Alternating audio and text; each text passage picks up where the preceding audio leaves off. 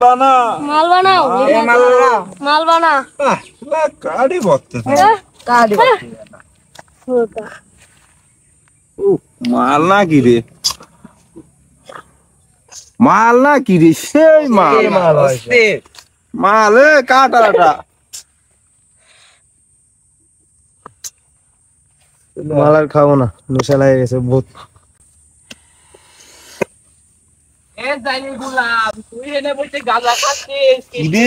মালদা তো সেই নিশাদের বসিল হয়েছে গোলাম, তুই কি করতেছিস গোলাম? কথা বলছিস কে? ওরে গোলাম মারিস নি রে।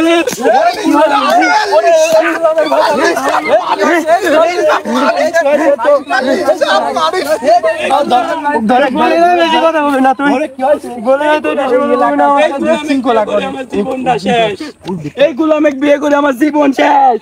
আমি জীবন শেষ, এই গোলামে বিয়ে করি।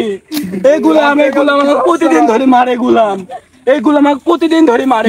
ভাবি এই গোলাম প্রতিদিন ধরে মারে। কিস্তি সাহেব বাড়ির পর এসে বসে রয়েছে, কিস্তি দেয় না, খালি বসে বসে গাঁজা খায়, মাল খায়, হেনে হনে পড়ে থাকে। এই গোলাম প্রতিদিন ধরে আমাকে মারে। আমি কি করবো? আমরা দেখতেছি বুঝছেন, এসব বিশৃঙ্খলা সৃষ্টি করতেছে, গাঁজা মদ খায়, কাম কাজ করে না, এদিক কিস্তি সাহেব এসে বসে থাকে। আপনারা একটা বিচার করে দেন, এই গোলাম আমার কিসের জন্য প্রতিদিন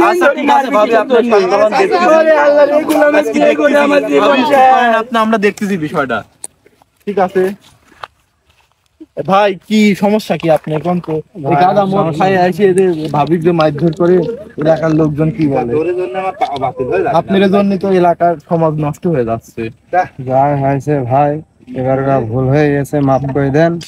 পরবর্তীতে আমি দেখতো না ভাই, পরবর্তীতে কিছু হবে না, তারপর এসে আমার কিছু বললেন না। আচ্ছা ঠিক আছে, এমন সওয়ালটা হয়েছে, স্কুলে দিচ্ছেন, ওরও তো খরচ মরচ লাগে। এরকম যদি ঘুরে হয়ে ঘুরে বেড়ান তাহলে কেউ চলবি না কি কোন? ঠিক আছে, কি কইছেন ভাই? কিস্তি মিস্তি ঠিক মতন দেন, কাম কাজ করেন, সুখে সংসার করেন। ঠিক আছে? আচ্ছা ভাই, আচ্ছা ঠিক আছে। আচ্ছা পরবর্তীতে আচ্ছা, আমার দিন আর আশা লাগে না। আচ্ছা ভাই, আচ্ছা। এ সকল গাঁজা মদ খেলে পরে পারিবারিক কোলাহল সৃষ্টি হয়, সমাজে বিশৃঙ্খলা সৃষ্টি হয় এবং রাষ্ট্রে বিশৃঙ্খলা সৃষ্টি হয়।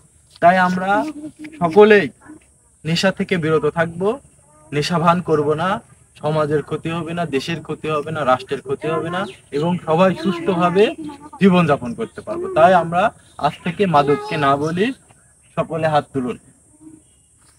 আমাদের এই ফানি ভিডিওতে আপনারাই সবাই লাইক কমেন্ট করবেন, ইউটিউব সাবস্ক্রাইব করে দিবেন। সবাই লাইক কমেন্ট শেয়ার বেশি বেশি ফলোইং করবেন।